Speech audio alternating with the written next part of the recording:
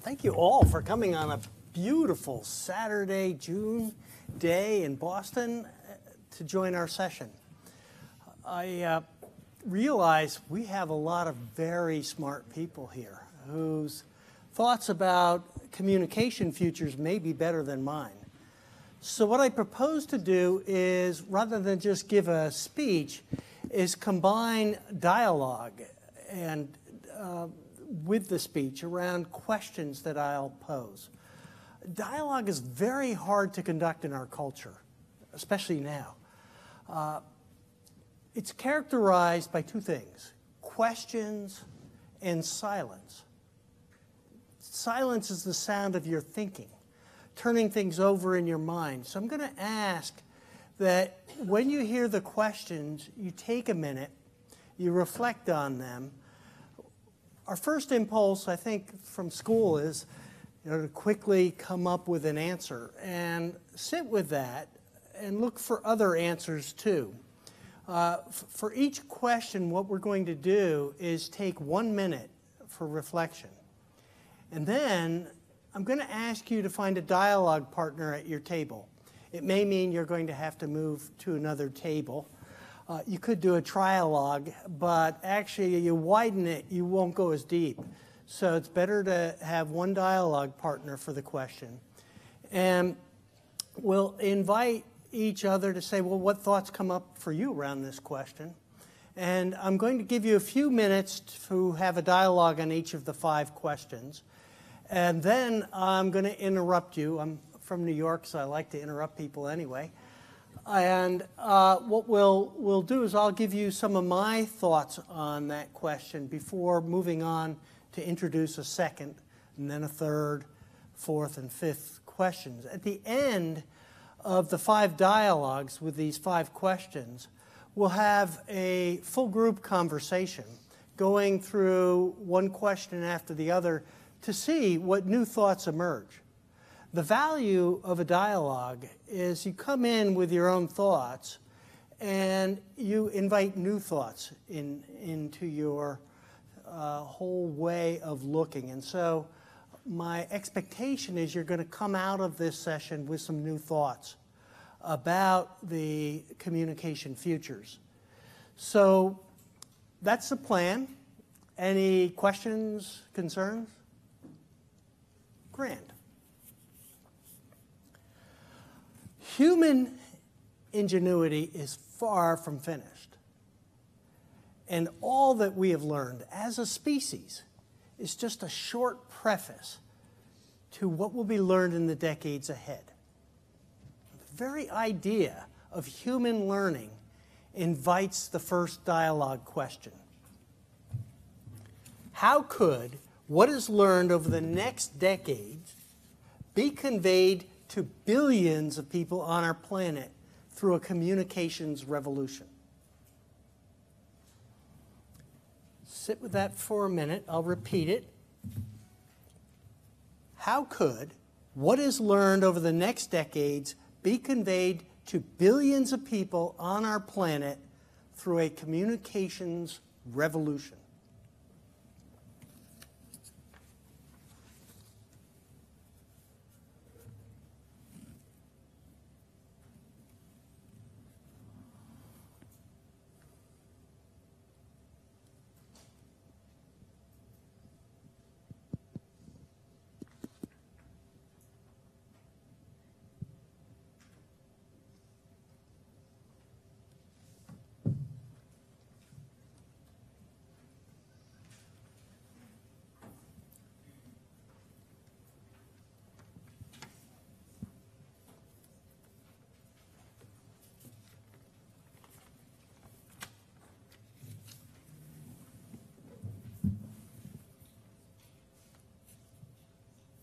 I just love the sound of thinking. Now, find a partner, a dialogue partner, and in a few minutes, just ask each partner what thoughts come to mind around this question. And I'll call you back in a few minutes.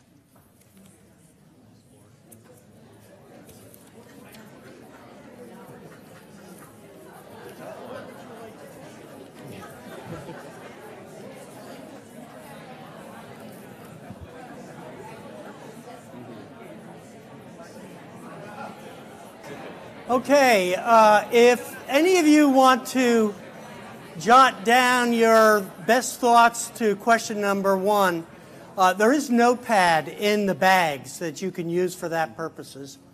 And as I said, we'll go back over these questions at the end, and there's a copy of the questions on your table. For this first question, answers will be so important for health on our planet that we're called upon now to develop foresight and what wisdom we can muster to shape what must be a communications revolution. The word revolution means both a turning over and a return to origins. We're going to be turning over thought to our machines as artificial intelligence called AI. And the origins of human thought will be elucidated by the neurosciences. The study of infant brains has just begun, just as AI is in its infancy. Intriguing insights are already showing the way that may give indicators for how the quest for artificial intelligence that's less artificial and more intelligence can continue. Turns out neuroscience shows that in the infant's brain, long before cognition, while they're sleeping, neural networks are forming at a rate that will never be seen again. And this rate of connecting neurons into neural networks gives us an opportunity to think now. What about the World Wide Web? How about all the social networks forming so that people are connecting analogously to the way a brain is connecting neurons into neural networks? If that's the structure for the communications revolution we're in, it brings us to a second question. What will be most vital for people to communicate in order for us to have better health on our planet? I'm going to repeat the question and give you a minute to think about it. What will be most vital for people to communicate in order for us to have better health on our planet? Please, take a minute. One answer actually turns the key to human evolution. That key is cooperation, which we will surely need as the planet heats up, mutating pathogens that can prey upon our burgeoning species. We will surely need cooperation as climate change sends ecological refugees across borders, stressing economies and polities at a time when nuclear weapons proliferate. If human evolution is now more a cultural than a biological process, as the psychiatrist George Vaillant contends in his book Spiritual Evolution, then the most vital health communications is that which enables human cooperation. The content of this communications is love, joy, faith, hope, and awe. These are the positive emotions that enable us to work together best. Vaillant shows how in that infant brain before cognition, the basis for these positive emotions starts. It starts with the cooing, the humming, the lullabies of parents who pick up the crying baby. These positive emotions start a child on a path of healthy, normal development. This is the path that is sustained by the love, joy, faith, hope, and awe that defines our humanity, that makes us most effective as collaborators. So now let's turn to AI, also in its infancy. Think of AI not as something that is here now. It's an emerging potential. Think of AI as a media for sharing the content that helps us evolve. AI today, you can see how massive memory is brought so that a computer can beat a chess master at chess or a Go champion at Go. Brilliant, right? Yet, have you ever known somebody who's brilliant in one dimension? You know, somebody who's a cognitive giant and emotionally stunted? Now, just because AI is like that today doesn't mean that that's what AI is going to be like, which raises our third question.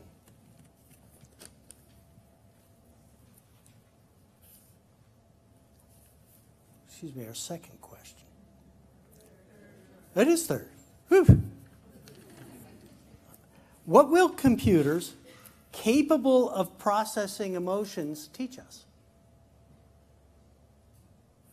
What will computers capable of processing emotions teach us? 1 minute.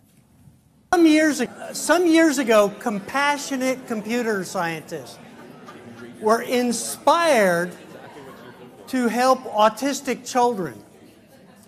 And they began working on affective computing, which is software that can reflect emotions. We are now seeing computer scientists working with psychologists. For over a decade now, over 2 decades, we've had psychologists working to understand and promote emotional intelligence. And now computer scientists are seeking to have that become part of what our computers can provide, our software enables. Emotional intelligence is being researched just a few miles from here in a neuroscience lab at Northeastern University. Lisa Feldman Barrett is studying how our brains create and use emotions. Other scientists are working to take personality traits that can be embedded in software so that we're going to like our software better. Hey, Alexa, tell me a story that makes me feel better. We're looking at a time where the relationship to our computers will be changing. Any of you see the movie Her, where a man falls in love with his artificial intelligence agent with the voice of Scarlett Johansson? The chances are, as we are moving into this new kind of computation, is it will change us as we're changing it. We're going to need foresight to understand both how our computers are changing, our tools, and how we who use them are changing. Now, 32 years ago, our Institute for Alternative Futures published the Information Millennium. And this was a report to show what the information revolution would mean to our society. Then 14 years ago, we published a report, the 2029 Project, saying we were moving from an information revolution to a knowledge revolution that can create a larger context for learning. We're looking at our knowledge tools now in AI, and it invites the question, is a wisdom revolution possible? Will our computers be able to move to wisdom, or is this going to be a uniquely human characteristic? Wisdom involves the moral intention to act with humility, because we can never fully know the consequences of our action. And this takes us to the next question.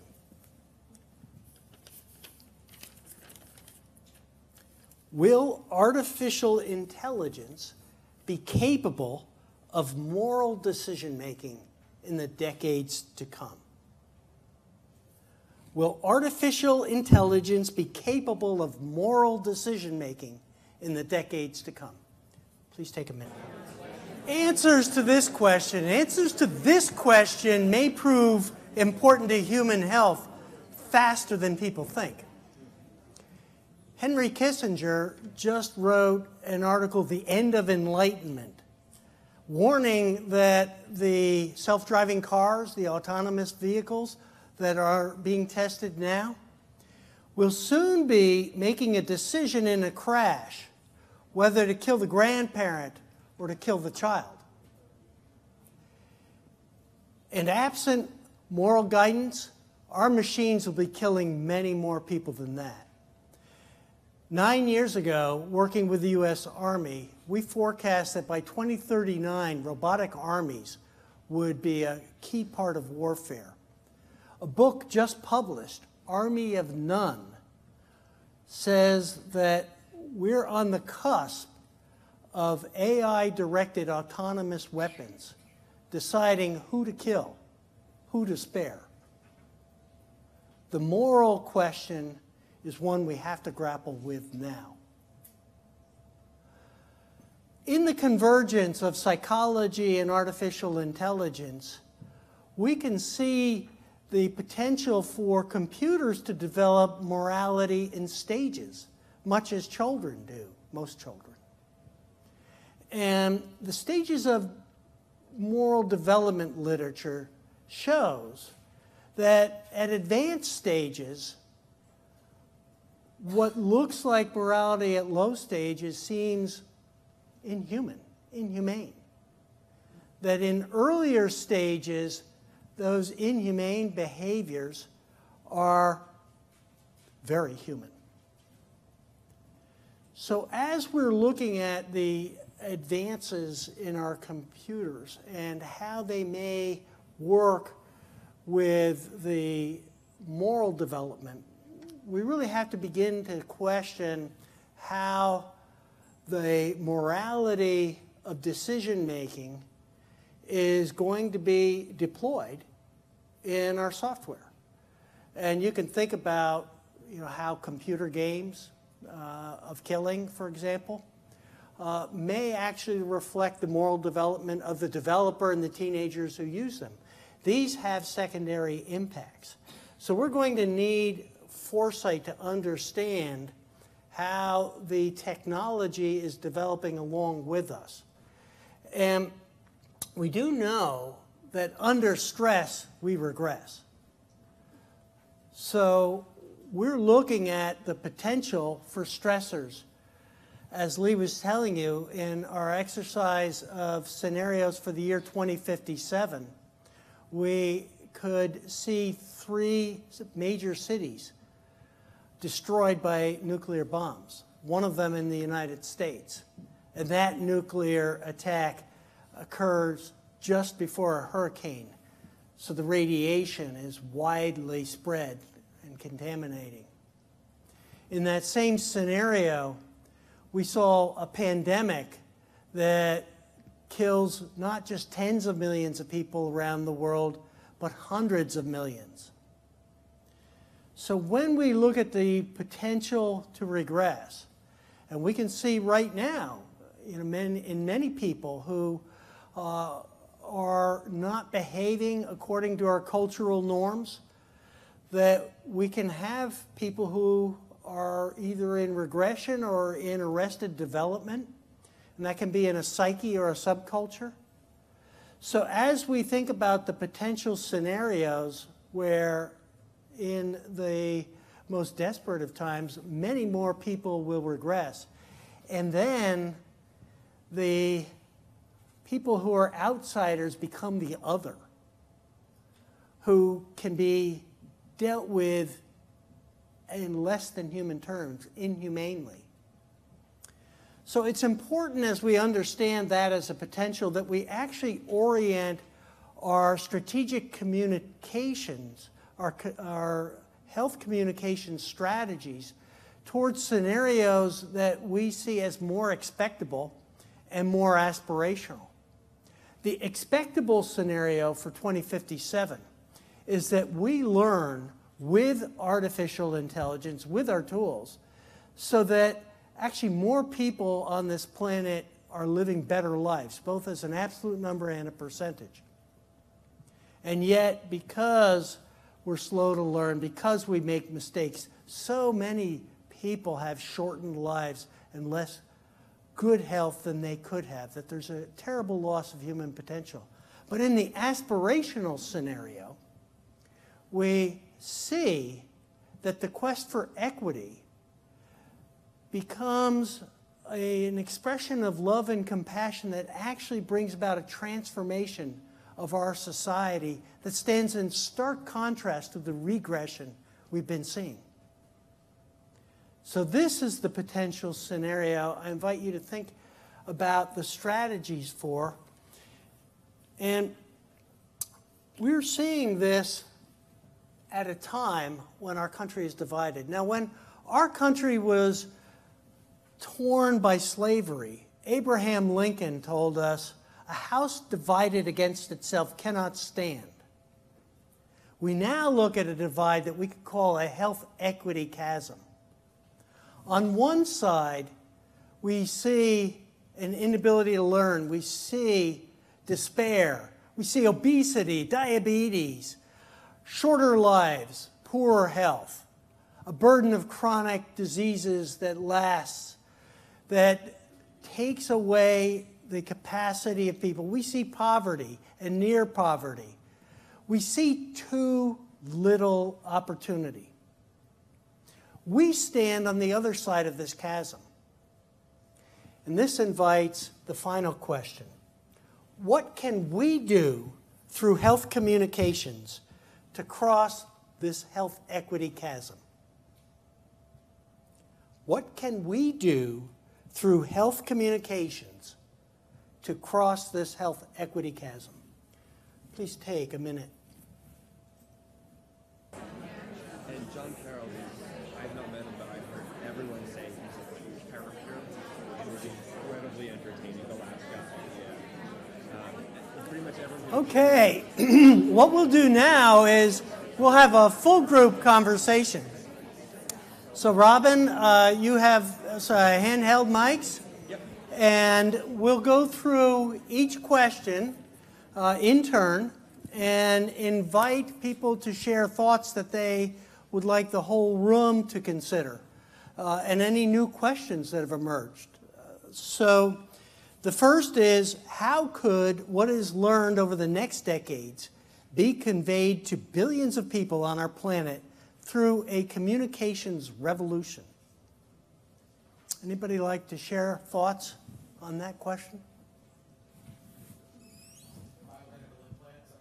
Here, we got a microphone. Could you stand up and identify yourself? Yes, I'm Joe Kraus, graduate of 2012. So good to be with you all. Some sort of, right. Exactly, there's my people. Some sort of biomedical implant, some sort of computer chip embedded in our brain or spine, wherever you want to put it. And then if there's a new breakthrough in communication around healthcare, they'll just download it and you'll know it. And simple enough to then be able to communicate with billions of people. So That's what we came up with. Wow, far out. And you know, we do have implants that are used for people to create, paralyzed people are using them as interfaces so that they can communicate through a computer.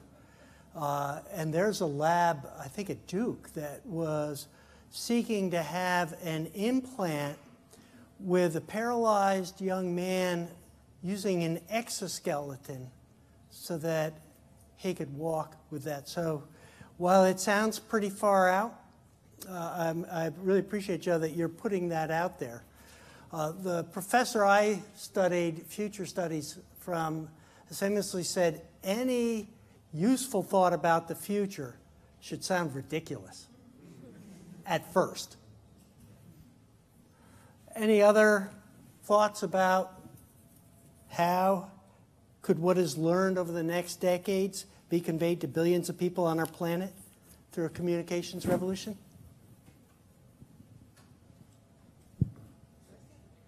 Do I say my name? Do I have to? Please. Oh, Tanisha. I'm actually in the MPH program, and I'm checking this out.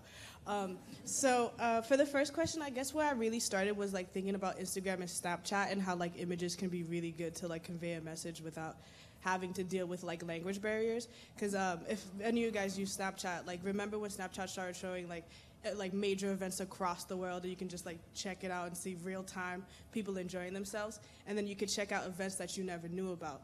And then I guess using the images and like seeing those videos in real time kind of connects you with other people, and then moving forward with that, like with the connections, like it kind of humanizes people you don't know a little better. So when you like make choices about health, you can actually consider them and like their culture and what they're doing with it. So yeah, starting with pictures and like moving it into holograms or whatever, because the future. Yeah, like that. That's great.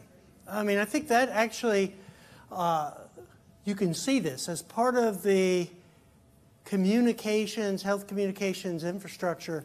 What you're talking about just makes sense. That first of all, where language is a barrier, and probably AI will overcome that, there's still that power of an image. You know, over 1,000 words, you can get immediately, it comes right there, and an image can cross all the boundaries. I think, you know, there's many people who say that first image of the Earth from space created a very different consciousness about our relationship to the whole.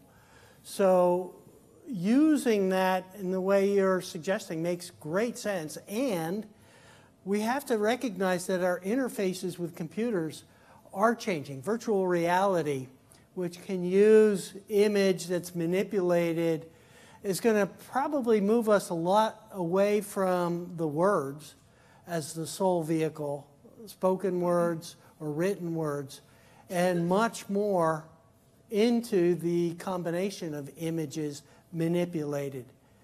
Now, what reality means in this, you know, if we're already questioning what's news and fake news, what about when pictures can be totally manipulated? So, very interesting prospect. Yeah.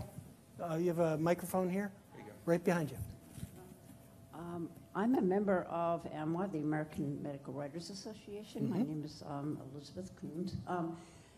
I think that a parallel force, it would be great if we could combine this new technology and new facility of representation we have with pictures with some way of helping people become critical thinkers. Now that sounds too broad to happen, but I believe that one big step in becoming critical in teaching or learning oneself to become a more critical thinker is to place oneself in a field of alternatives. I believe that once one starts to make comparisons, one has a liberty of choice that that prevents many of the worst outcomes right there. Many of the worst, outcomes are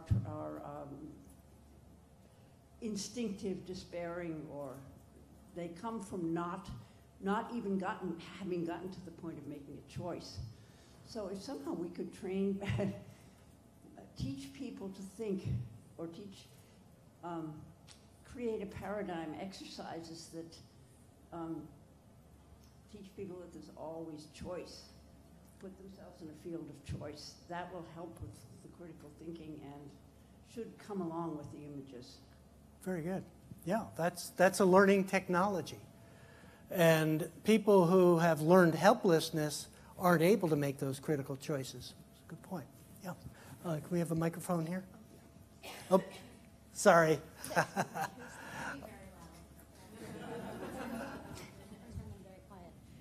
So just to piggyback off of that, actually all of those things. I'm a mom, as many people may be, or a dad, of a 6-year-old and a 3-year-old.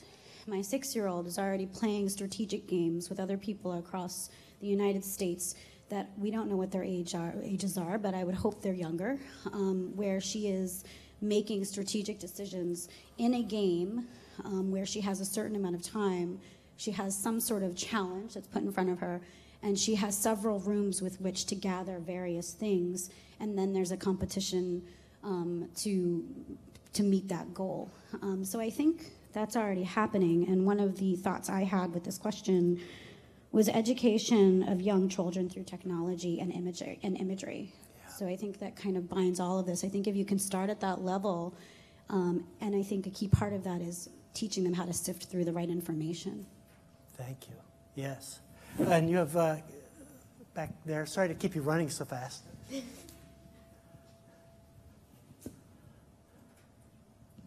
Hi, my name is Prem, and I'm from Sloan, across the bridge. So, just wanted to build a little bit further on your point of revolution, and thinking about, how we learn, what is the best way human brain learns. And my assumption is we learn best with the stories. So stories which we are told, like human brain is wired to learn. And when it comes to visual and all the mediums, we are trying to tell the stories to others. So I think and I believe like to transfer the knowledge, stories are going to be the medium which we are going to use to transfer the knowledge from one generation to another generation, as we have been using it for many, many years. Very nice. Yeah, stories predate the written word, the oral tradition, whether the Iliad or the Upanishads. Vital point. We may all learn differently, but it does seem to me that stories are perhaps the most universal way in which we learn. Let's turn to the second question. Robin, did you have somebody right? Okay, good. What will be most vital for people to communicate in order for us to have better health on our planet? Any thoughts? So, hi, Prem again. I think in many cultures, if you go in the root, there is this notion of balance, which cultures try to teach us. And with all the noise and this notion of balance is going away. So I think if we can teach future generations about balance of life, that will be the most important thing. Because if you have that compass of balance, all the decisions kind of fall through in the right place. Thank you.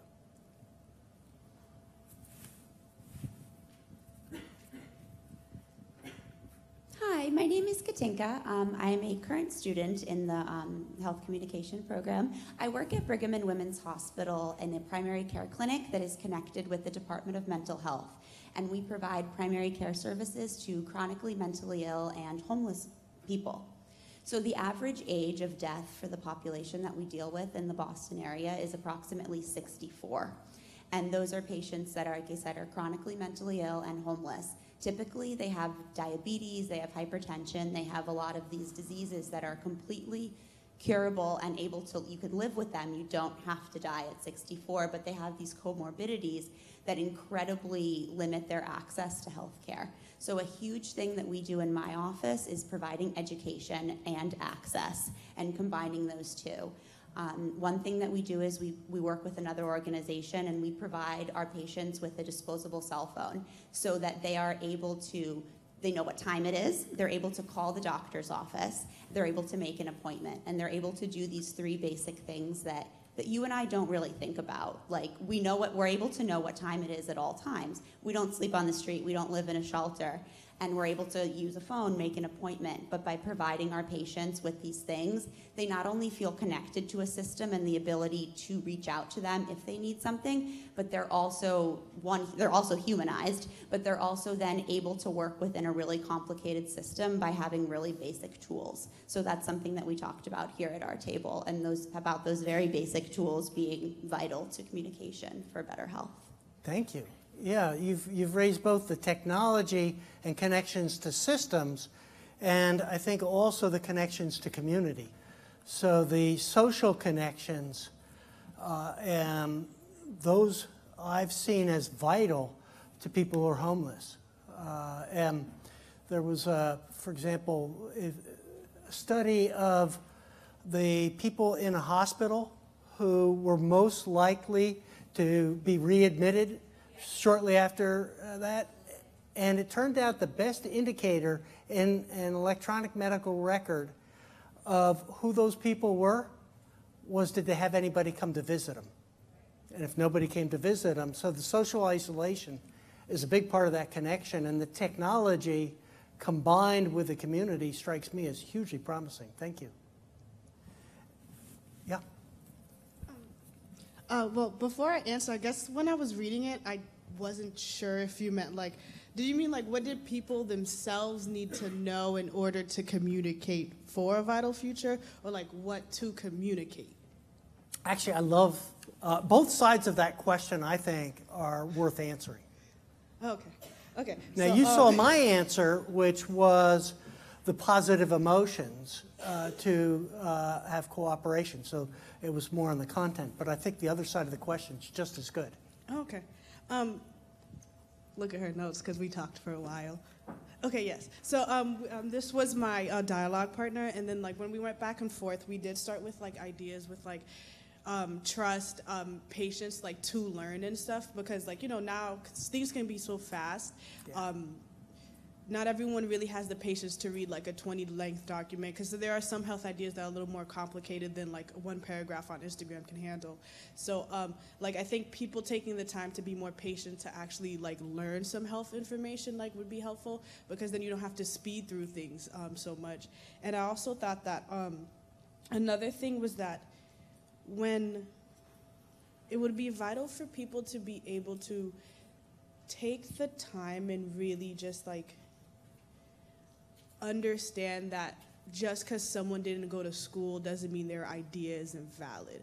Because like even when I'm going through like Instagram comments on like, let's say the post is like, how do you feel about like immigration or something, and some people do, I see some people saying, oh well, I went to this school, and they kind of like shut down the conversation because of their credentials without really like considering the fact that an immigrant speaking about immigration like experiences, even if they never finished high school, is just as valid as you who studied immigration experiences and stuff like that. So I guess the idea that anyone can contribute to the conversation and anyone could contribute something useful could be vital for communications, because the more ideas you have, even though it could be like take longer to sift through them or be harder to pick which one, like having just the option of like the broadness of it all, because even like, for example, like it could be a simple idea that moves us forward, because I work on this project where it's like make women hang out together and give them a prenatal aspirin pill.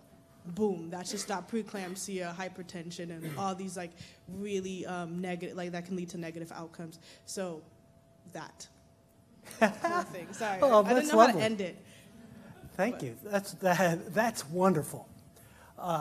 And very rich. I mean, there's a lot that you've put out that I think is quite vital to health. And part of this goes to the health equity. One of the most wonderful experiences I've had my whole career is we had an assembly for health equity and prosperity at the University of Maryland. Had 350 people. It was the most diverse group. We had kids under 12.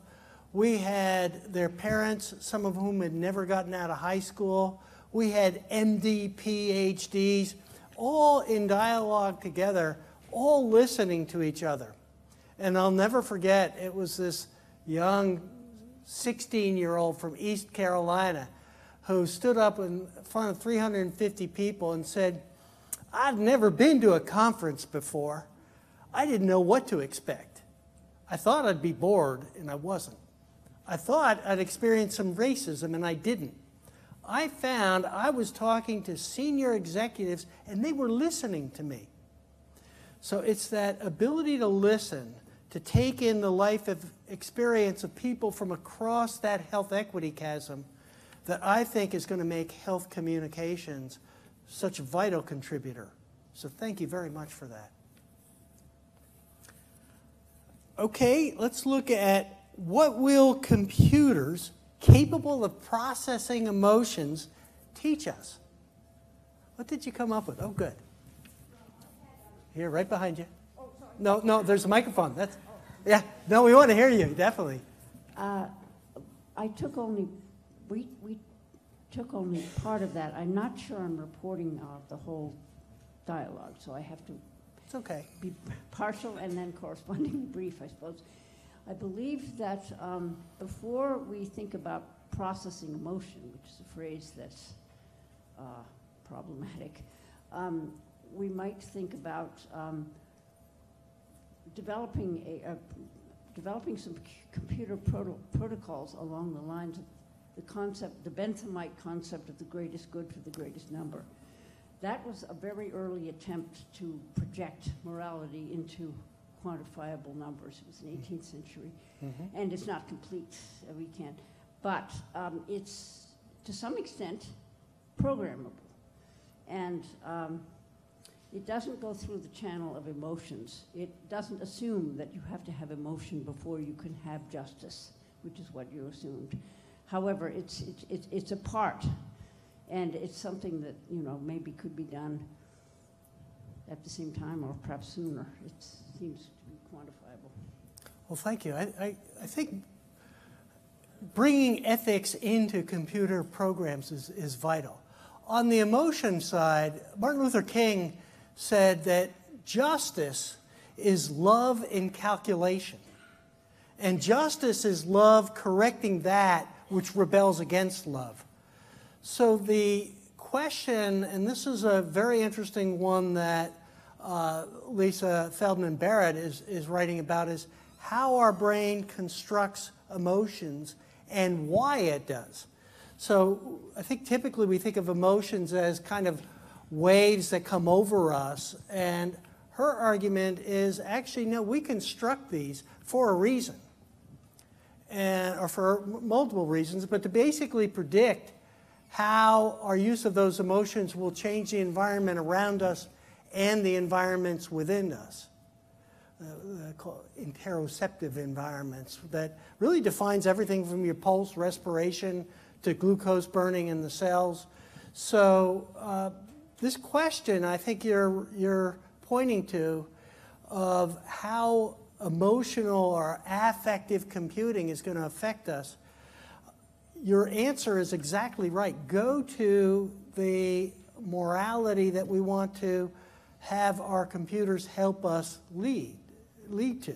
You know, and since we know children learn morality through stages of development, and this has been studied pretty well, and it turns out girls' emotional development is somewhat, or excuse me, moral development is in parallel but distinct from, somewhat different from boys' moral development, but it develops in stages. And so the question is, you know, if our computers are going to become emotionally capable of working with us and they're going to be making decisions, then isn't it really important that we assure that computing has a moral component and that it's not oriented to one of the lower stages of moral development, one of the earlier ones, where the other becomes easily disposable as inhuman. They're animals. Yeah, Joe. It's me again, sorry. So the idea of maybe relaying when you have anxiety. So a lot of times the big thing around health communication is people just go to the doctor because it's like, what happens if I learn bad news? And that's usually irrational. It's like the animal side of our brain. So imagine having a conversation with AI to be able to alleviate those thoughts, to be able to say, you're thinking irrationally. There's really nothing here preventing you from doing this thing. But also sometimes there is fear that is rational, and being able to differentiate the two would be really important if AI could do that. And also we discussed in our group is, you know, as doctors, some struggle with bedside manner, communicating bad news. For those that lack emotional intelligence, is there some sort of flow diagram or some way to process and show people to say, here's how you should approach this problem. You're brilliant in your work that you do. You're not so great at talking. Let me help you with that. And that would be another interesting use of AI if emotions involved. Yeah, that's a great point. Teaching those of us who are not so emotionally gifted, particularly in medicine. I mean, you know, if somebody's giving you a diagnosis of cancer and they are emotionally insensitive, it's pretty horrifying. And I've seen research that says medical school actually leads to a loss of empathy. They've done pre-test, post-test. So, you know, if computers can help us with that, very good. Yeah, I was actually bouncing off of his idea, just thinking about in the medical field of people who deal with mental health issues, or they're dealing with thoughts of suicide and things like that. So if you can kind of use artificial intelligence to kind of help guide the not the process, but like help guide people through it, like help them understand like really what's going on themselves, or like why certain shifts are changing, and if like you can like get a better read on like what emotions causes what like different imbalances in the body. Mm-hmm. It could probably better like fine tune psychology and therapy treatments and stuff like that. But I also was on the other side. I was thinking, it's kind of like, if AI is capable of processing emotions, I was wondering if it'll like start getting categorical and kind of be like horoscopes, and then like kind of like how like Virgos are like this, like, and then if you like feel these emotions, like these are all the things as well. So and also because emotions are complex and like can change so quickly. So if it can like keep up to kind of see like, I guess like the different like modes of thinking, and like people of different brain developments, and people who have like different thought processes. Like for example, people interested in like how serial killers think. So like seeing that as well, or like looking into motivation, like if you do commit a crime, like was does intent mean more? Now we get a better handle of emotions. And like does intent outweigh the consequences because they did mean to do something good? And stuff like that. Yeah. I mean, what's going to be revealed here? And it's an open question. The science fiction writer Arthur C. Clarke forecast that we would have these thinking caps where it would reveal the criminal before the crime. And there's a popular movie on that. Steve, you have a microphone? Steve Quigley, proud Health Comm faculty member. I'm hoping that AI will help us know better our own biases, our own unconscious assumptions, our own fears, and our own frames, because I don't think the problem is lack of information. I think it's that we tend to fend out or weed out information that runs counter to those things. And I would love my app to say, now, Steve, hold on a minute. You tend to, bounce off of Fox News. Hold on, there might be something worth hearing here. Or why are you spending so much time on beer sites and not enough on yoga sites? Or whatever it might be. So it would be the sort of help the receiver more than the sender. Yeah. That's wonderful, and I think we are on our way. If you go online, there's an implicit bias test that you could take, and I took it around race, but you can also look at it around body type. And so that, and I also think dialogue and meditation are ways for us to address our unconscious more effectively. But your point that artificial intelligence, particularly as it learns the emotional side of us, may be really aiding our learning in that journey. Yeah. Coming behind you is a mic. Hi, I'm Elaine Bearder, and I want to tag on to what Steve was saying. One of my students in my past class did her project on ACE scoring, which is taking a look at children that come from toxic stress environments. Yeah.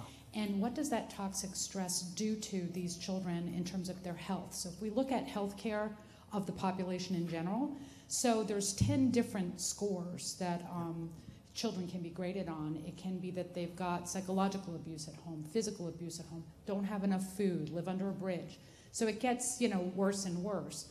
So if you look at like children that grew up with 4 of these 10 items, what happens to their health? Well, they're twice as likely to get diabetes. Children that have 6 out of 10 are like 3 times as likely, 4 times as likely to have heart disease. So if we take a look at impacting health down the road, so if we tie in the AI, so imagine the frame that they grew up with, in their household or in their school environment that may have been inner city. And how do you use AI to kind of reflect back to them, no, that isn't really what's going on. This is who you are. You're not a loser. This is your accomplishments. To be able to kind of take out that negative frame and put in a more positive frame that reflects back on what is more of a reality, or undoing that kind of framework. Because that is the reality that they grew up with. That's what they believe. And it's incorrect. So they can change the course of health and use something like that. But thank you. Thank you. And that reminded me of what Kate was saying. I mean, it's early in life, and if we can use these health communications to improve the start of life. The amazing improvements in health around this planet could be huge. In the ACE research, there was a Lancet article on this, says there's a 20-year gap in health equity based on that very early adverse childhood event. Thank you. So let me turn now to, will artificial intelligence be capable of moral decision making in the decades to come? Kind of a yes-no question, isn't it? It's the only one, yeah. Coming behind you. Hi, I'm Steve, current student. Hello. Hi. I'm the Swiss representative, Swiss-Irish representative. Welcome. Love a good moral question. And moral compasses swing depending on your emotions and everything else. So if I look at my morals when I was 20 versus my morals when I was a little bit older, they're very different. Yes. And even with the best machine learning algorithms and the highest power computing, if I give a problem to an algorithm and say, solve this for this particular set of experiments, it solves it very nice. Now, if I take it to the next small manipulation of experiments, data looks the same to the human, ask the algorithm to solve it again, it fails. And so with our morals, as they change and swing, the computer will be able to say to us, this is what you saw before, this is what other people are seeing, now make an informed decision. So aren't you also then saying that whatever computer morality develops will reflect the stage of human morality of people who are programming and creating the computer programs? I think it will be that we'll look at it and use it as a tool to open our eyes and give us a perception of where it could go, where it's been, but we have to make that decision in the end. Excellent. Thank you. Thank you. Okay, right behind. Next table back, please.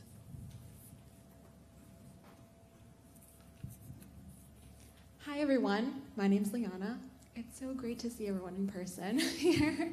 One question that I had discussed at my table was, if artificial intelligence had some sense of morality, or if morality was somehow coded in them, does that make them human? Because isn't that what distinguishes humanity from any other being? Isn't it morality and empathy and all these emotions? So that's something that I started thinking about. Interesting. One more in the back.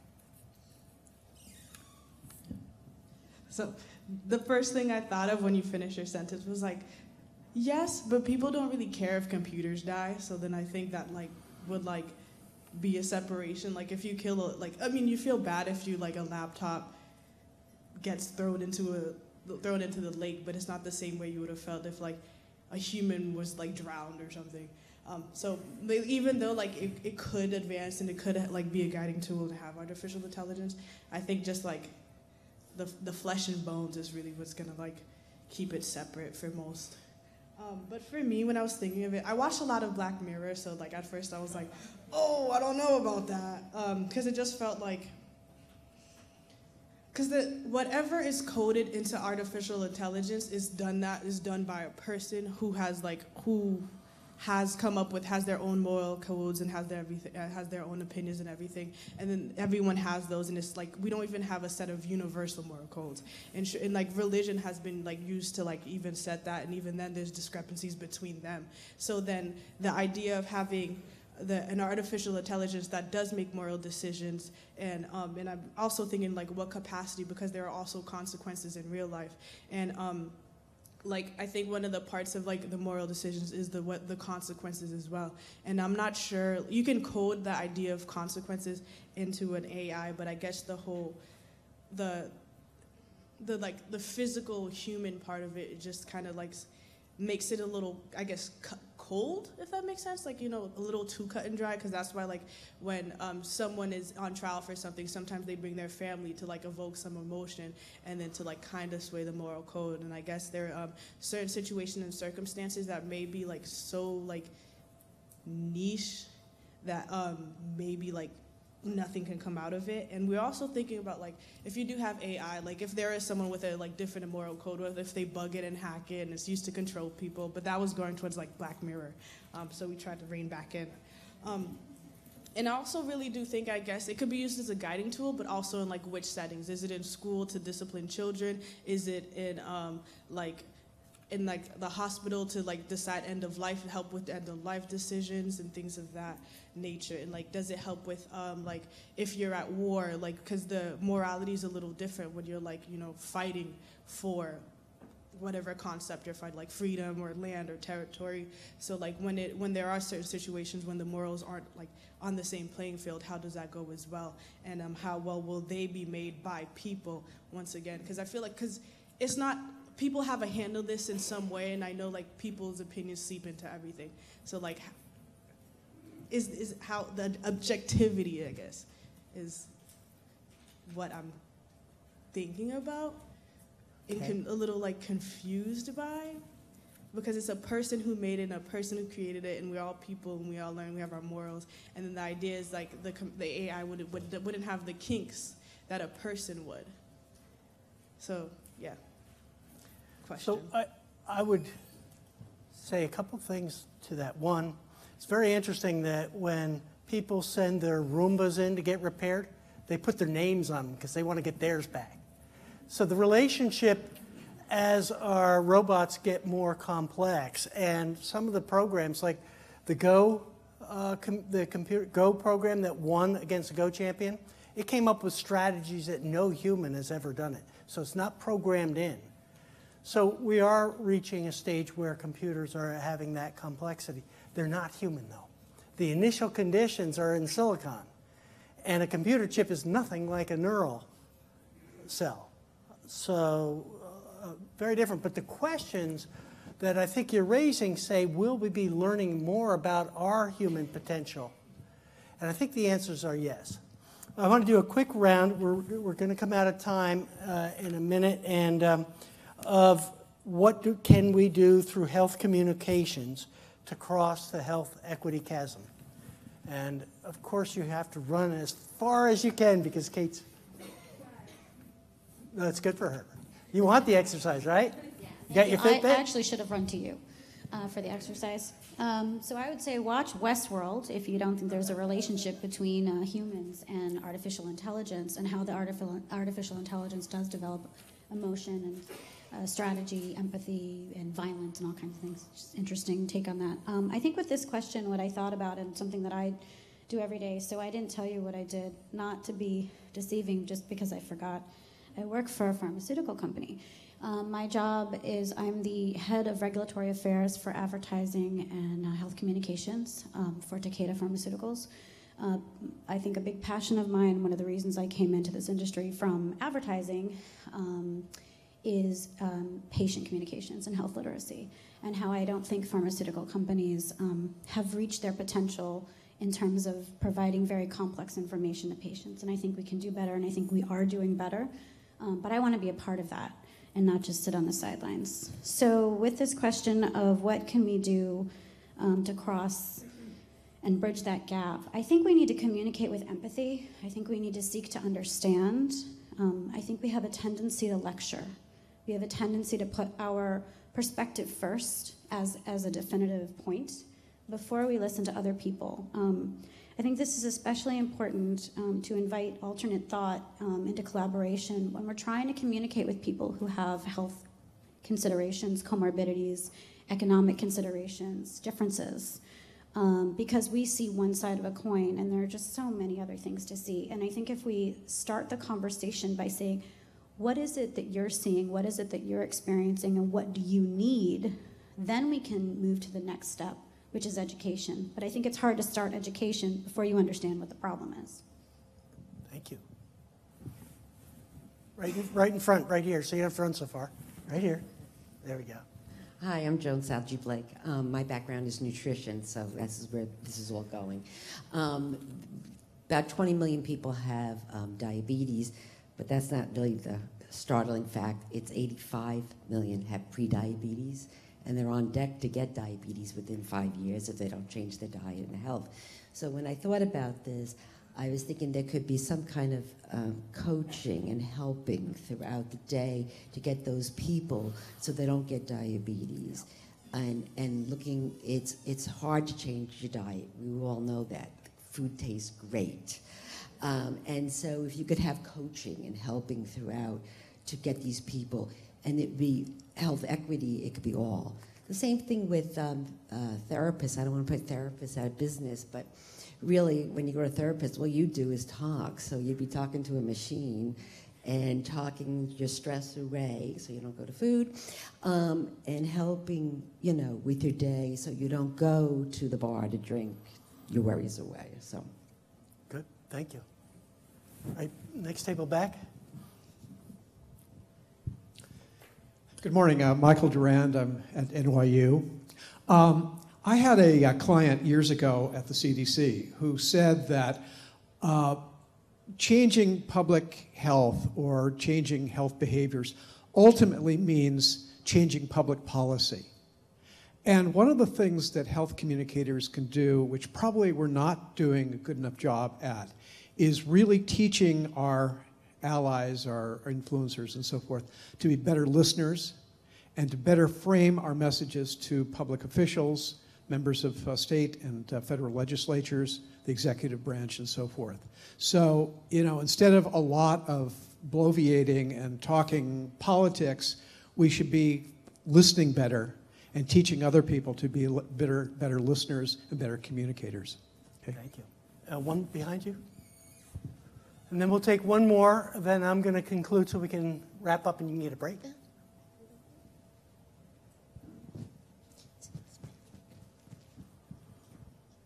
Good morning. My name is Elizabeth Heenahan. I'm an epidemiologist at the School of Public Health, and I'm interested in corporate influences on health and health behaviors, particularly the alcohol industry and the gun industry. And I want to echo what you say. I mean, a lot of what we're talking about is individual, individual behavior, when in reality, maybe the question is not how do we prevent people from getting diabetes, but how do we prevent a society from giving people diabetes? And I think if we begin to change, if we try to change individuals, at the end of the day, it's a waste of time. I think we need to create a system that's more equitable. And the policy point that you're making is exactly the point to make. And I think I would challenge us to think not individual, but how do we create systems where the healthier decision is the easier decision? And communicating to policymakers is an important step. And I would just challenge the conversation to go beyond changing individuals and understanding that many people are doing the best they can in the situations they're in. It's the situation that we need to change. Thank you. Thank you. My conclusion is that we have a big opportunity, and health communications can play a very important role in this opportunity. Big as in improving the health of billions of people. And that is what many people are working on today that you can join in with your gifts in health communications. So think about the human potential from improving health for billions of people. Right now, there's a group called 100 Million Healthier Lives that has leaders join together with tools to measurably improve 100 million lives, the health of 100 million healthier lives by the year 2020. Doing that offers a great hope. Beyond 2020, the great hope is the next generation learns faster and better than their elders could ever even dream of. And this learning is going to need the learning technologies and the tools, but it's going to need us to get smarter. So our future is up to us. Thank you.